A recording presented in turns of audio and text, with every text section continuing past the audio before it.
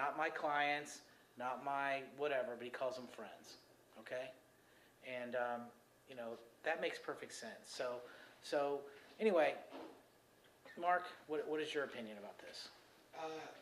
I think the big barrier, I mean, basically what you're talking about is, the barrier is diagnostically. How do we know what we're dealing with? And a general dentist who's looking at it, you know, you diagnose what you see, and they're not placing implants, so it's going to be really, really hard for them to even code this. And you, with, you know, 2 dimensions, not taking into account the 3rd dimension with the CT, it's even kind of hard from your end. And I think this is really, I mean, I think you're dead on in terms of how you need to simplify it and say it's a one-time fee and you're going to win some and you're going to lose some and it evens out. There might be a way, I mean, just on case selection, I used to divide, and I kind of do it with wisdom teeth now, but when I was doing implants, starting to do them, I sort of divided them up into like A, B's, and C's, or 1, 2s, and 3s, or what I call the green, yellow, and red lights. The green light, I mean, you look at an x-ray and all day long, and a dentist who's never placed an implant should be able to say, that ridge is huge, you can drive a truck through there, boom, that's your whatever, $1,800 fee or your $2,000 fee. So you call it a green light case, you're probably not putting a bone graft in, but if you did, you do, so what?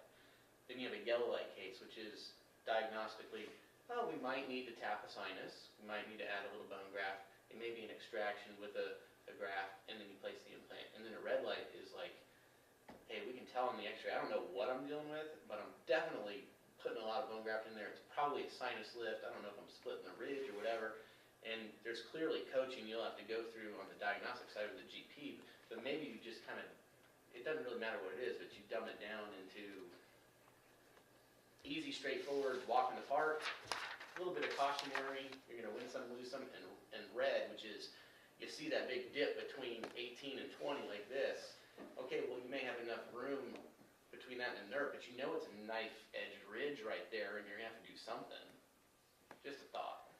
Actually, you're right, and I was thinking about it, and I have a suggestion, is that, let's say, if it's premolar side, and on the top, most probably we're not going to use bone grafting there, or on the lower interiors, we're not going to use the bone grafting. So that way, we can just treatment plan, simple implant case, and if I have to use a bone graft, I have to use it. But whereas cases like with the sinus or extraction side, I'm definitely going to use the bone graft for sure, because if it's extract. Okay, but on the sinus, we have that covered on these 2, internal and Yes. lateral, so we Yeah. don't need to worry about that one. Yeah. Okay, where's a case where you're going to get a PA or a pano and know for sure that you're going to have to do some sort of bone graft? Immediate extractions. Well, but we already got that And- covered. We already have that covered. Yes. Okay, so that's not what I'm talking about. I'm talking about what's not covered on this list.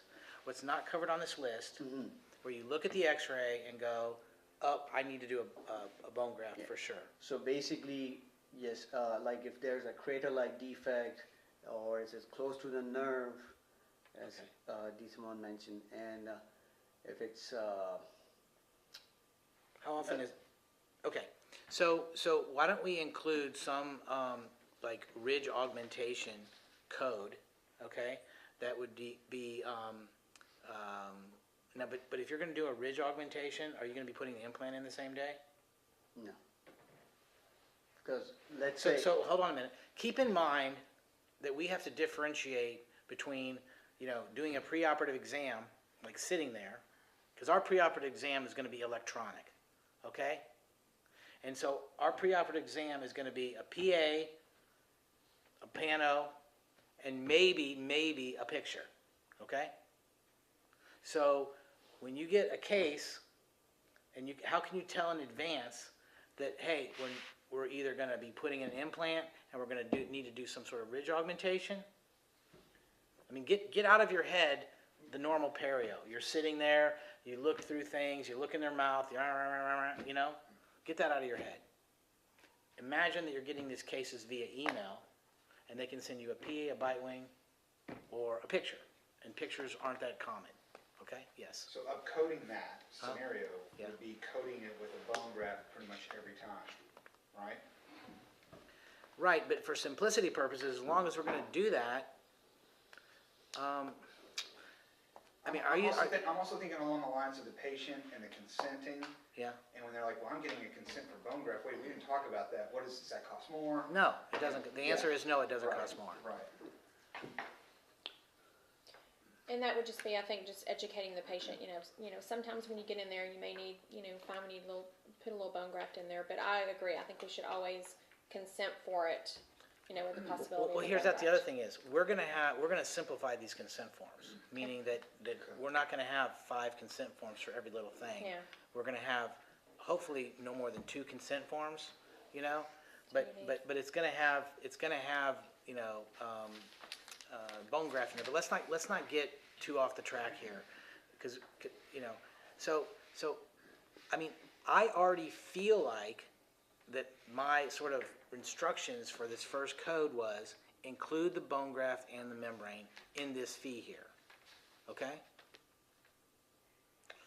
So,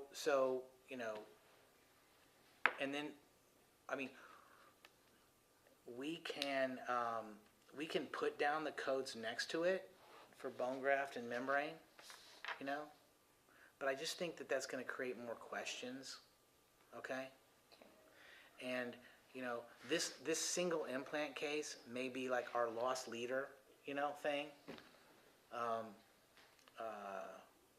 And again, down the road, if we wanna, include, this first code as dental implant, bone graft, and membrane, or we could put another one right below it that says, implant, bone graft, membrane, okay? But how is Newman gonna differentiate between that and this one? And that was my question a few minutes ago. Right. How is he gonna differentiate that based upon the diagnostic information he's gonna have before he gets there? Okay? So one thing you could do is say, hey, this is a premolar, so it's code 6010. Hey, this is a molar, this is 60, molars need bone grafts and membranes. Not to blow this out of the water, Yeah. but what if we had a 1, 2, 3, and you look at an X-ray and you go, okay, this is a 2, and the 2 is bone, molar, bone graft, and extraction, and just like you said, and then oh, okay, this is number 12, it's a 1. You tell the front desk it's a 1, she has 1. Oh, okay, it's a 60-10. I don't know. I mean, if that would simplify it for you or not. What about if we did, like, we put on here 6010 implant and put dental implant anterior or premolar, okay? Right. And the next one is dental implant molar. And the dental implant molar has, is,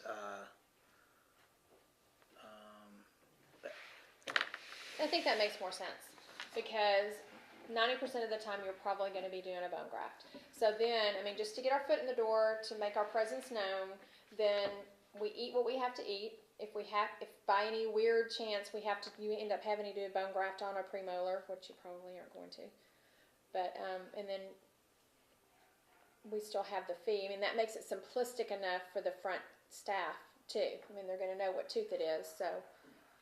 Are you comfortable doing that? I'm I guess okay. that's the question. Yeah, So I'm if you're okay with that, comfortable- but the only thing is it will make things more complicated than simple. Because now they're like, okay, so molar, what if the molar doesn't need bone grafting? Are you still gonna charge bone grafting because you have it in there?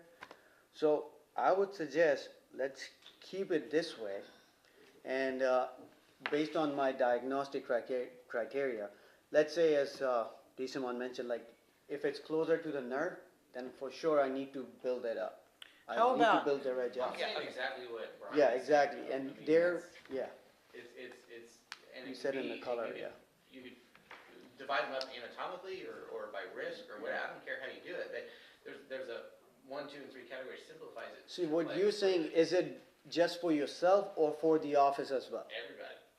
okay. I think it's really easy to say, hey, we're doing a number 9 on a 25-year-old. Okay, that's a 3, okay? You're gonna be doing a lot up there. But for the front desk, they need this is the premolar, this is the Right, molar. and so here's the deal, in keeping with, the VIP